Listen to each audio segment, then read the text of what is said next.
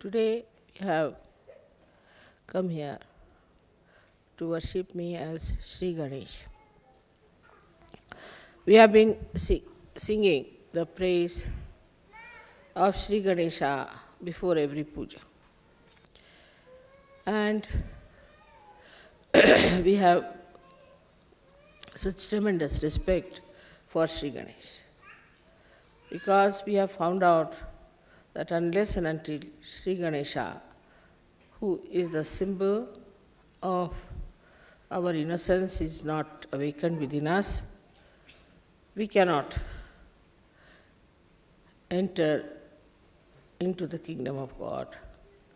And even to stay there and to enjoy the blessings of Sri Ganesha, we have to have our innocence fully blossoming. So we praise him, and he is very easily praised.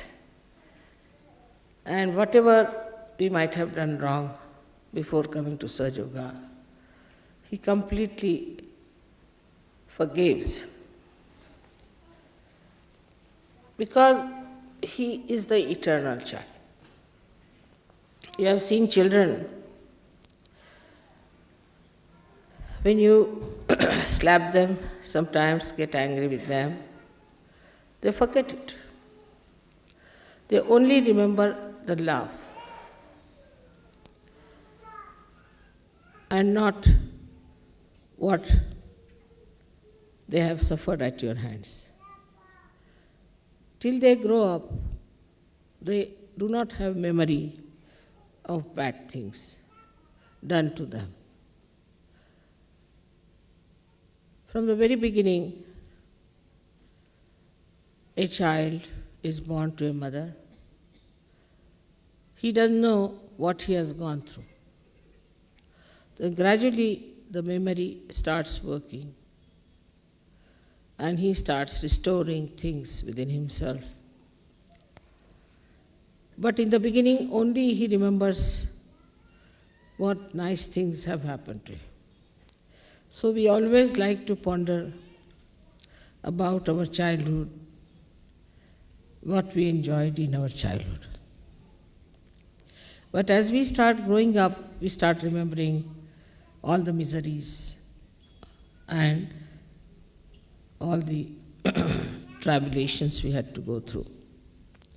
All the ordeals through which we have passed, we try to magnify it. In childhood, the children only remember the people who have loved them and not the people who have hurt them. They don't want to remember, perhaps. It looks like that. But when they grow up, they only try to remember those people who have harmed them or have troubled them. And that's how they make themselves very miserable. But the principle of Ganesha is extremely subtle. It's the subtlest of subtle. And it exists in everything. That it exists in the matter, in the form of vibrations. There is no matter which is without vibrations. It has vibrations which are seen even in the atoms and also in the molecules of all matter that is existing. So Sri Ganesha is the first one who was established in the matter as well. As a result, we can see he exists in the sun, he exists in the moon, he exists in the whole universe, in the whole creation, and he continues to exist in human beings also. Only the human beings have capacity to some or other cover up the innocence. Otherwise, animals are innocent. Human beings have the freedom. If they want, they can cover up their innocence. They can shut down the doors of Sri Ganesha and say that he does not exist. They can cloud it. And that is why we find among human beings that they are doing so many horrible things, avoiding the existence of Sri Ganesha. But he acts. He acts in a way that he shows natural results of our wrongdoings.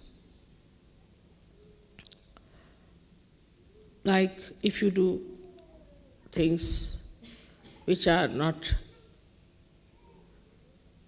pleasing to Sri Ganesh, he goes up to a point, forgives you up to a point, and then he starts emerging out as diseases, as physical diseases, and in women it becomes a mental disease. Also, it can create problems in the nature. The natural catastrophes are also only the curse of Sri Ganesha. When people start doing wrong things, behaving in a wrong manner, collectively, then the natural catastrophes come to teach them a lesson. So, in his essence, though he exists in everything, also in that he has capacity to assert his will to bring forth the destruction of the whole world. We have Sri Ganesha's idea as a minute thing. We think he can go on a little mouse, though he must be a very minute. He is as minute as he is great. He surpasses all the deities because of his wisdom. He is the giver of wisdom. He gives us wisdom. He makes us learn. He is our guru in that respect, Mahaguru, because he teaches us how we should behave. If you try to surpass him and try to misbehave, even the mother won't support, because she knows that those who surpass Sri Ganesha are also the people who will never respect the mother. So he is the epitome of respect for mother. Epitome. He does not know any other gods, he does not know Sadashiva, he doesn't know anybody else, but he only respects the mother. So he is the one who is the power of devotion and complete surrender to mother, and that's why he is the most powerful deity among all the deities. And nobody can surpass him in his power. We have to understand that as children are growing, Sri Ganesha starts growing in them also, but as they are human beings, they can somehow or other try to overpower Sri Ganesha.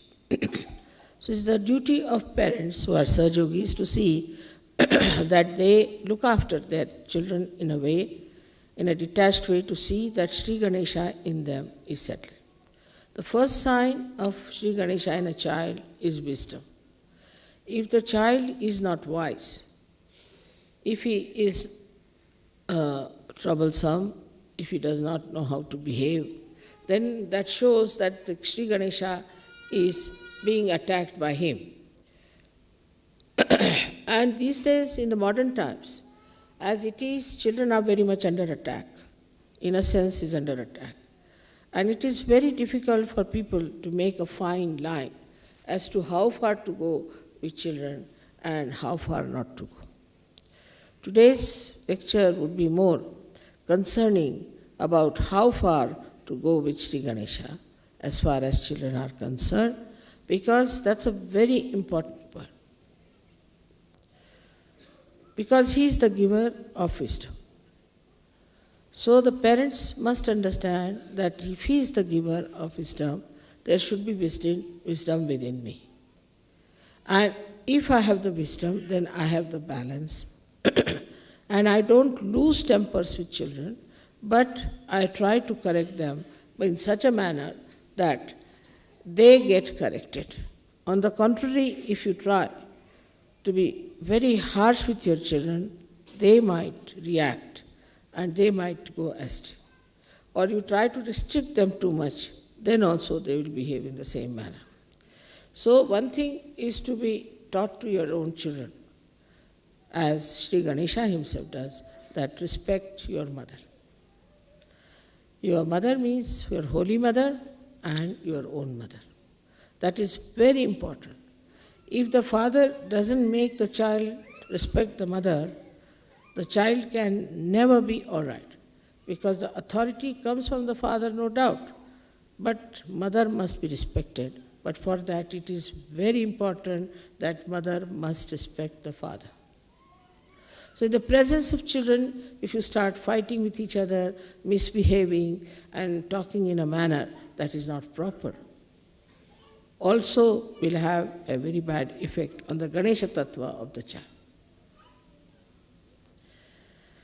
This upbringing is a very important thing in Sahaja Yoga, because by God's grace, you all have got realized children. So you must know how far to go with your children, to make them wiser, to be moral, to be righteous. First thing is that you should try to preserve their wisdom. If they say something wise, you must appreciate. But they should not also say out of place, out of grace. So the misbehavior is also not to be tolerated, in the sense that whatever is wisdom within has to be expressed outside as light. Now we go further with it to see how far Sri Ganesha acts. As I said, in the subtlest of subtlest he exists, but you have to awaken him. For example, you have seen the water which is vibrated. Means what? Vibrated means the Ganesha Tattva is being enlightened in that water. So when that water goes into your stomach or into your eyes or wherever you want to put it, it acts. Acts in a way that it excites Isha Ganesha Tattva into anything that you put it. Now you have seen we have got miracles of agriculture to begin with. Miracles of agriculture is such that people are amazed. But it's very simple. Once you start exciting the Ganesh principle into the seed, it becomes 10 times, sometimes 100 times. Even the Mother Earth, which we think to be something dead, can be vibrated. Supposing you Sahaja-yogis walk bare feet on the ground, the Mother Earth gets vibrated. Such Mother Earth will act on the trees, on the grass, on the flowers, on everything. As it is, the Sahaja-yogis have been telling me that in their ashrams, all the flowers that grow are out of size and very fragrant. Like daisies never had fragrance in London or in England, never.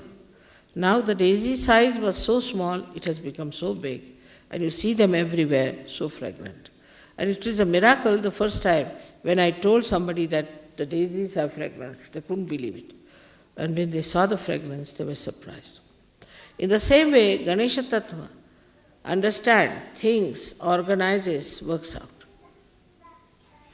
If it is awakened, if it is not, it is sleeping, then it does not. So it acts, it works out. Like a little seed when it sprouts, at the tip of the seed, there is a little cell which has got the Ganesh Tattva which is being awakened. So it knows how to go down, how to go around a stone, and how to embed itself, and how to reach the source of water. But it has only the sense how far to go to exist, how far to go to nourish yourself on a very material plane, how to allow the tree to grow. But this Ganesh Tattva starts becoming very, very subtle and subtlest at the point of Agya Chakra. At the time of Agya Chakra, it understands that it has now the spiritual dimension. The same Ganesha Tattva which acted in a small little tip of a root now acts for the spiritual thing. That's why people close their eyes when they meditate, because they don't want to see anything else, but they want Sri Ganesha just to act for the meditative process of their Kundalini. This process of meditation, when we close our eyes, acts. But if you see, if somebody is sleeping and he is dreaming, you will see there will be, the eyes will be all the time moving, there will be moving eyes. This Ganesh Tattva is now acted by your attention. If you have an attention which is all the time going from this place to that place, to that place, to that place, then it is affected. Especially in the case when we start looking at men, looking at women all the time, then also our Ganesha Tattva gets very much destroyed. Such people are difficult for rising in their ascent, because Agya itself goes out. Then this Ganesha Tattva can also be reduced if you are very materialistic, all that worried about your things, like you have something in the house, you're worried about and looking at everything all the time, trying to correct it, and all the time worried about the matter. Then also this Ganesha Tattva can be lost, because you are all the time worried about these things. Like we are going to the shop and we are seeing everything, what is there, what should I buy, what should I buy. Like that also, if you do too much, it will be. But supposing you are buying something out of beauty, for beauty. You want to buy something for beautifying your house. That means you are trying to do something to please others. You are doing it to make others very happy. Then it acts the other way now. Then it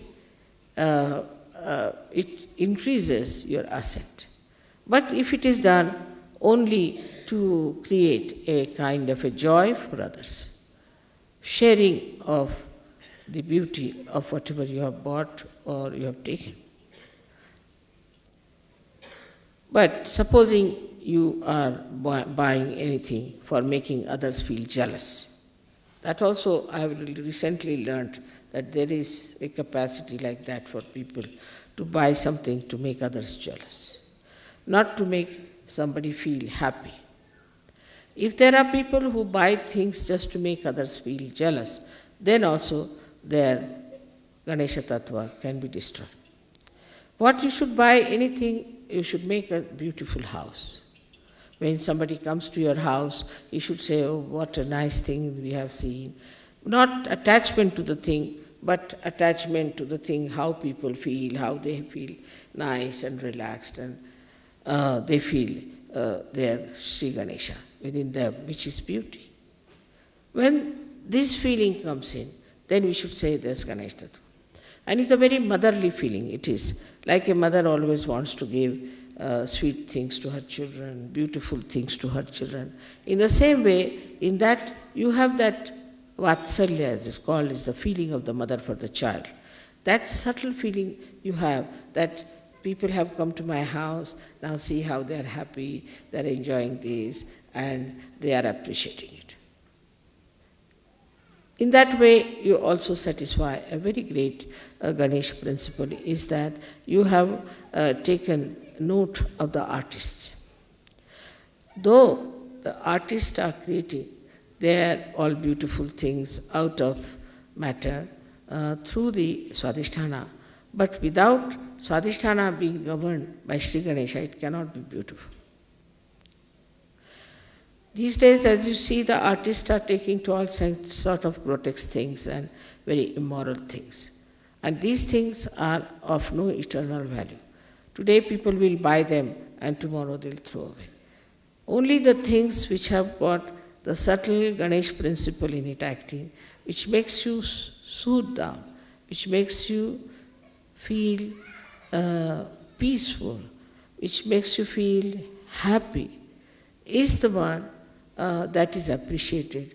So Sri Ganesha establishes within you the higher self.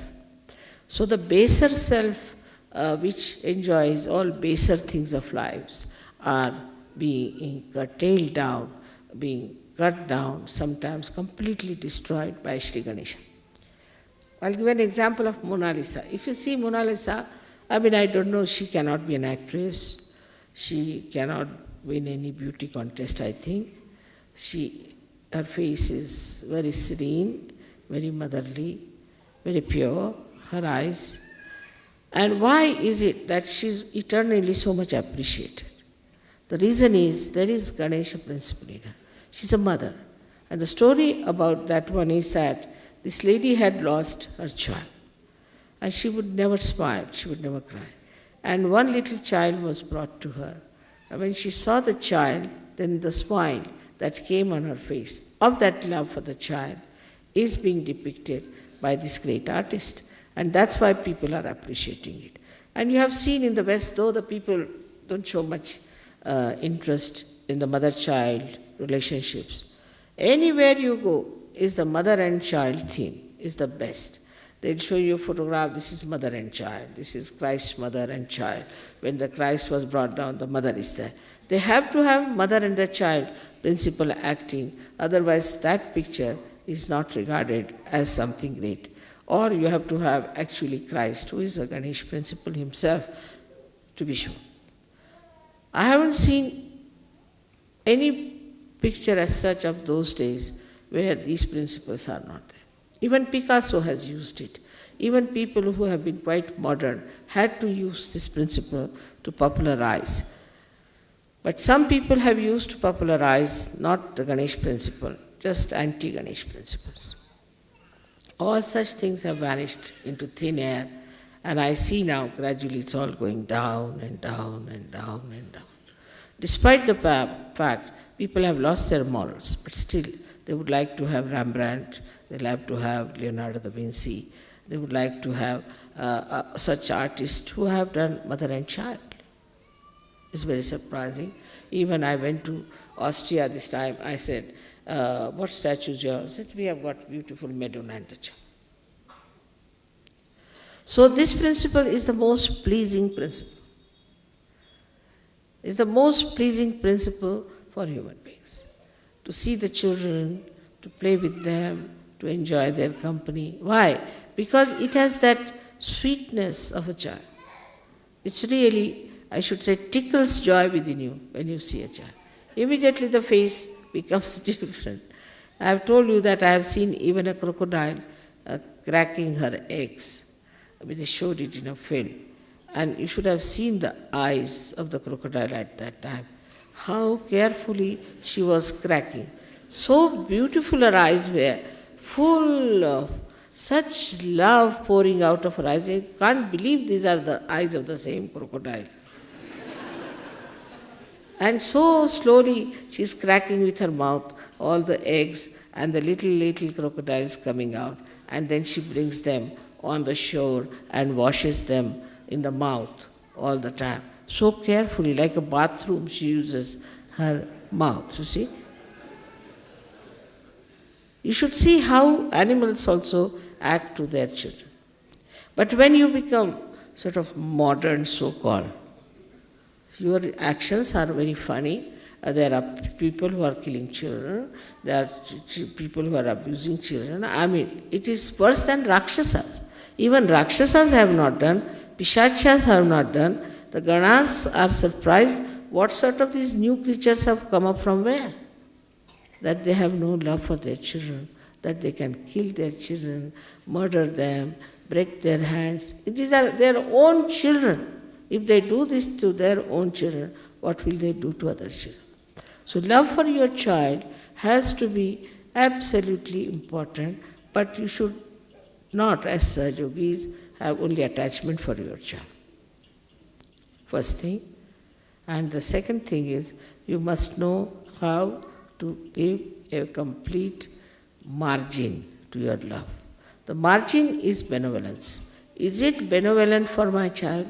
Am I spoiling my child? Am I too much encouraging my child? am I playing into the hands of my child, or I am managing the child all right? Because in childhood, the father and mother have to manage the children. They have to tell children, and children have to be obedient, and they have to listen to parents. But these days, children are not obedient. They are not, because they find that the parents among themselves are not obedient to each other.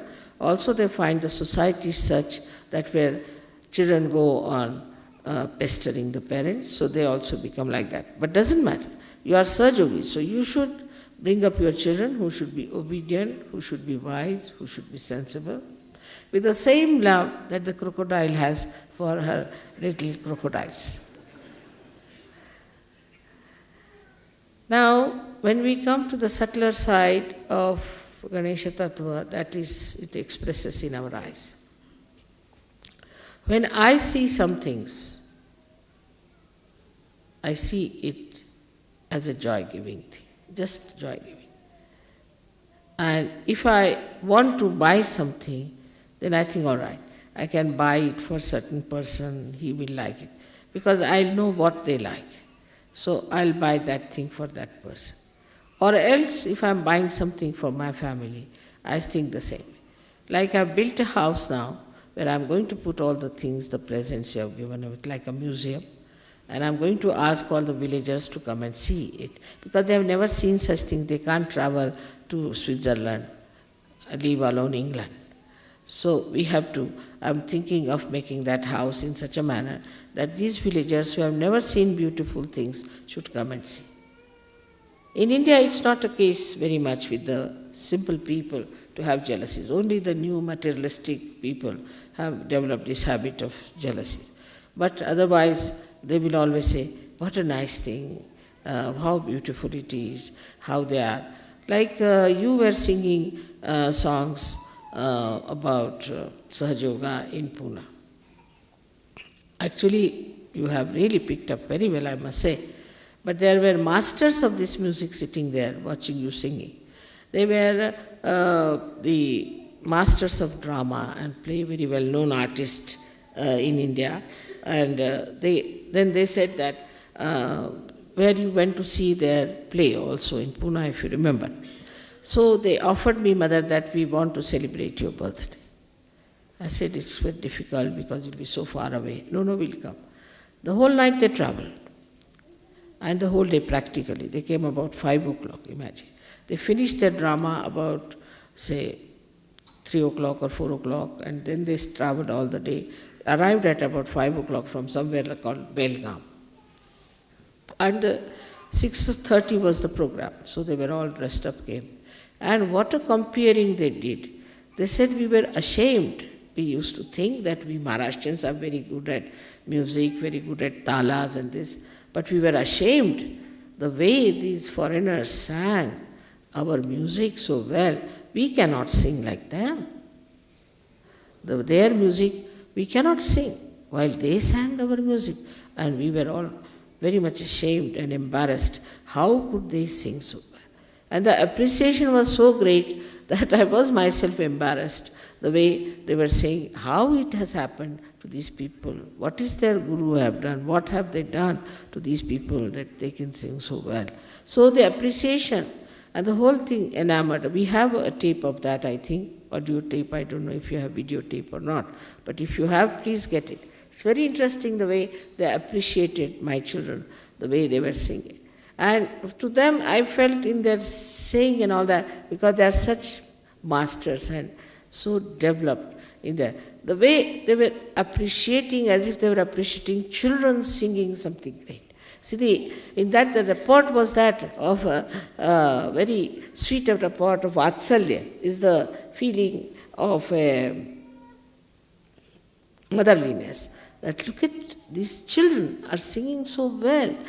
It's happened with many people I've seen when some artist came, as you know, that when they saw you people appreciating and singing, they had the same feeling. How could these children, how could these people sing so well? How did they know so well?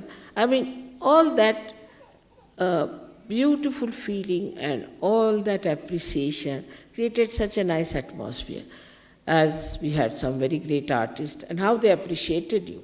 Instead of saying, oh, what are these, are no good for music and nothing. They've so much appreciated that these people who have never known Indian music are singing so well.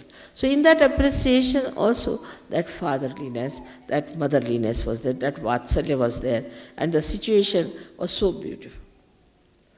Even, say, when a person like Ravi Shankar has to play with Yehudi Menuhin is a child before him. But I've seen how he looks after him and how he protects him, as we say in Hindi language, Sambhalna. All the time is looking after him and managing it. And also we have seen in the music part, when supposing a tablewala is sitting and a very senior musician is sitting, master is sitting, he say, please look after me, Sambhalo, look after me, always with very great feeling of a child, that you look after me. All these things are very important in life to create good relationships between ourselves also. Those who are younger to us, those who are not so well off, or those who are not so much talented, or those who are not so much equipped in knowledge of Sahaja Yoga, or who are not so much senior in Sahaja Yoga. We have to look after the others like in a very fatherly manner, or we can say as a motherly manner, that they are not equipped. So all right, we have a Ganesha Tattva, so excite their Ganesha Tattva. They should feel dependent on us for achieving the mastery or achieving the higher state. As the Guru principle is absolutely bound by Ganesha principle. If a Guru does not have a Ganesha principle, he becomes a horrid fellow, and nobody wants to stick on to him, and they all run away from him. Though he might punish, he might also get angry with the disciples. But basically, what he thinks, he is my progeny. I am developing him, I am building him. But in the modern thinking is that let them be individuals, let them be independent. So the father and mother do not look after their children in that manner, that they should. That see, this is my son, I have got a talent, I must teach him, he must come up. He is the one who is a continuation of my own self. So this idea of having every individual, you are individual, at 18 years you get out of the house, you do what you like, stand on your legs. No. Life is a continuous basis. It is not just you stand on your legs, but it is a question of one has to be all the time connected with the whole. Unless and until you are connected completely, we cannot understand collectivity of innocence. The collectivity of innocence, I see sometimes, I am very happy that a child of somebody is in the lap of somebody, sitting very sweetly, coming as if he's your own father, coming and sitting just on your lap, without knowing that he's not my father. But still, that consciousness is not there. So this breaks the feeling of my and possession, that this is mine, this is mine, this is mine. And what makes you the feeling that we are now a means, we can say, an instrument, a media, by which we express the Ganesha Tattva all over. That is vibrations. So the vibrations itself about which you are asking, these vibrations themselves are nothing but the principle of Sri Ganesha, is Omkara. And when it is, then what is it? That feeling, as I told you, of Vatsalya, the feeling of love between a child and a mother. That feeling, it is the one that is vibrations between the child and the mother. The distance between the two is vibrations. And that's what one has to feel. That he is a child still, and there's the mother, and mother is bringing the child, giving all the powers to the child, bringing up, loving the child, understanding the limitations of the child, looking after all that, all the sweetness, all the wisdom of the child to be appreciated. That is vibrations. And if you see the subtle side of this, it's not my child. This is not only a limited thing, because it is eternal. It's everywhere. So you cannot have it. In everything you do, I have seen people the way they handle things in the West. We Indians have to learn also from them. What's happening? So we have to accept for them what is the way to handle also beautiful things, how to look after beautiful things, how to manage beautiful relationships. See, you shouldn't be harsh, you shouldn't be unkind, you shouldn't say things which are insulting to others so that the relationships are broken. So all the relationships that are between human beings and God are through the Ganesha principle. So when it becomes the relationship between you and God, then there are vibrations. And then that same relationship should extend to everything that you do. You should see what things are good, whatever has got vibrations. Today I want to tell you something very important about this all-pervading power we have heard about. These are nothing but vibrations. Parama Chaitanya is nothing but vibrations, where all identities are lost. When the mother is lost, father is lost, we can say, nothing remains, then it is just this vibrations, this subtle vatsalya exists. That's all. And this is the only thing, out of which everything comes and remains in itself. Like we can say that the sun's rays come out and then they try to create chlorophyll. So it's not, that we cannot compare sun with that. Or we can say from the ocean, the clouds come out and they try to nourish the Mother Earth. That's also cannot be compared. Everything is inside. This Parama Chaitanya has got everything inside this. So we can say that everything is nothing but knowledge, is nothing but truth, is nothing but light. But when the folds of these come out, then we get into the folds of that Chaitanya, and then we become ignorant. But there is nothing like ignorance. It doesn't exist. It doesn't exist. Like there is darkness because there is no light. Once light comes, it doesn't exist. It doesn't exist. So ignorance doesn't exist. But what happens that the folds of this ocean, into that people go and it is lost. Thus we understand one thing very clearly, that we are in Param Chaitanya, we are made by Param Chaitanya, all the time we are surrounded by it. Only thing is, we are sometimes lost in the folds.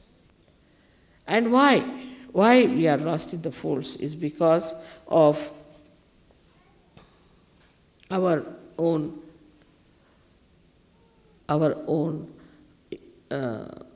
unawareness. This awareness has to come, that we are part and parcel of that Parama Chaitanya.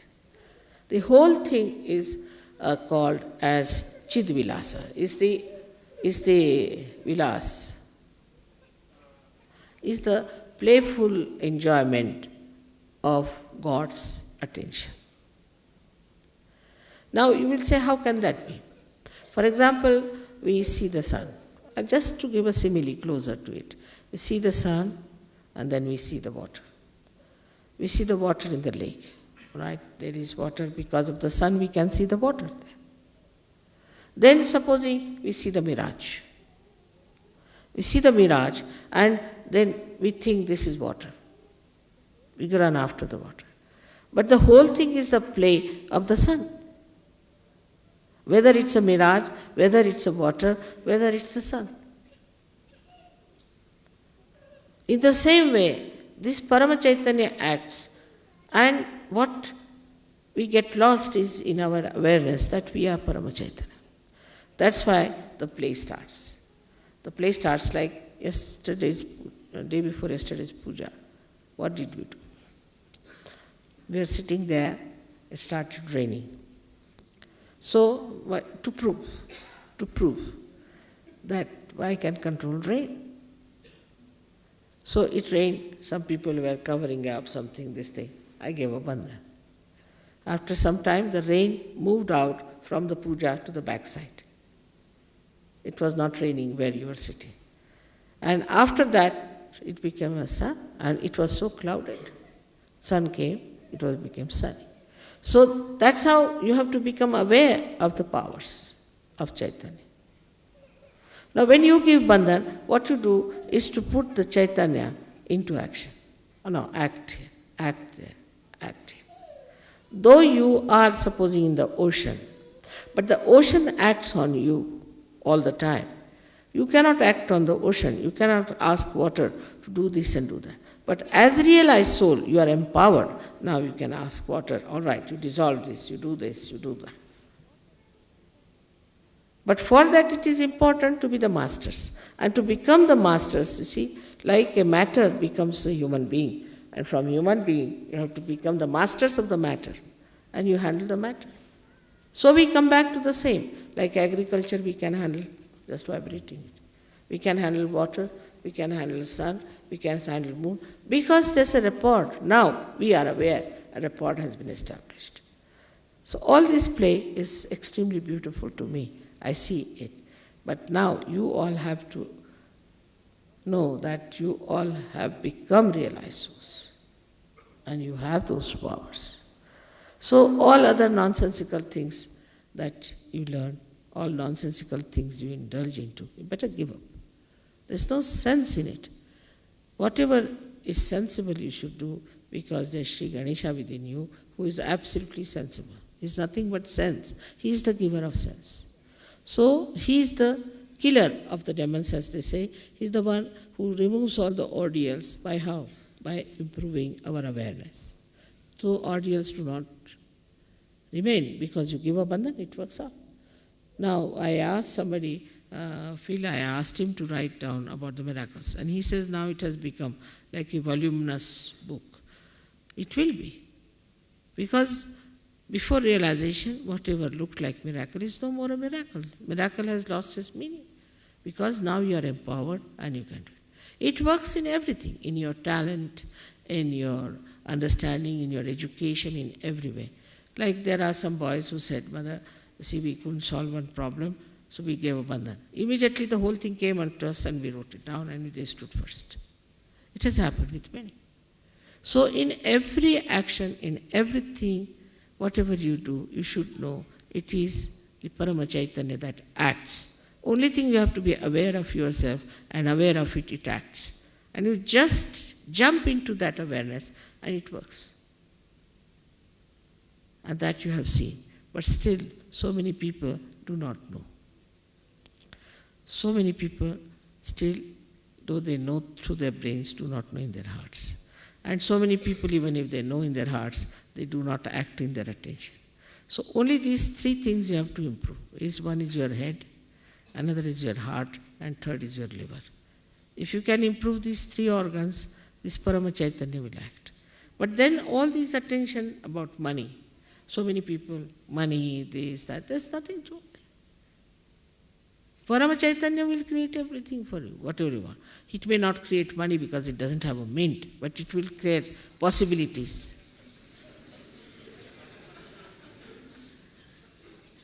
Possibilities. And this is something to be understood very well.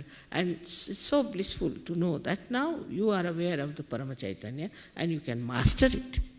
Master it in the sense not that you dominate it, but you ask him like a jinn, you can say, all right, do this, do that. With respect, it works. But the way sometimes we do not pay respect to Parama Chaitanya is also something surprising. The way we act all the time, the way we are behaving. Like in my presence, people will sit down and close their eyes. Or they will start worshipping the photograph instead of me. Sometimes the way they handle their kundalini, sometimes the way they behave towards themselves and others, all these things are to be understood. Now that we have entered into the kingdom of God means Parama Chaitanya. And that we are very important citizens of that. If one can understand this, then I think Sahaja Yoga can be very successful. Everything will work out. Miraculously, everything will work out. And all those who are not aware about the possibilities to what they can reach, they are thrown out, in the sense in the fold, in the ignorance, so-called, into the darkness. Again, they can come back to light when they have sense. So be forgiving about them. It can happen to you also if you understand that way. I hope today's lecture you have been able to assimilate within yourself. That's very important, to assimilate, to know that you are in the Parama Chaitanya. And that's how you'll become very sweet, you'll become very considerate and very loving, affectionate and wise. That's very important. May God bless you.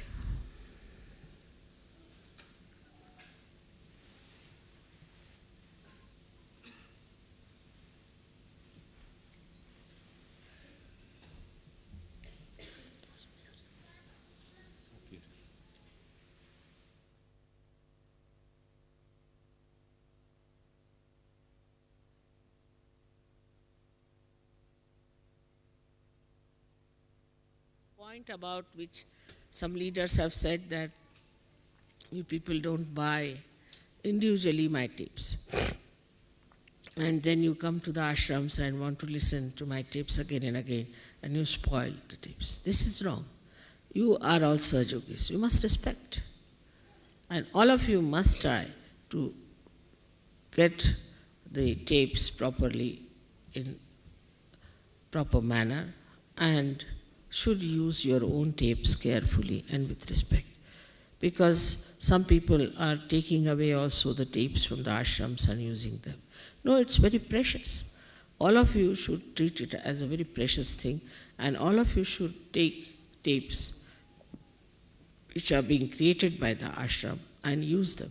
But in the ashram you can use it once in a while, but for your house, for your car, or I have seen that in other horrible false gurus people, they just take the tapes, never play any music, nothing, they're just playing the tapes. So in the same way you can have that, because it's not easy to understand my lecture in my first shot. You have to individually sit down and listen to it and decode it and see for yourself what it is. Because I myself, when I listen to my lectures, I get lost.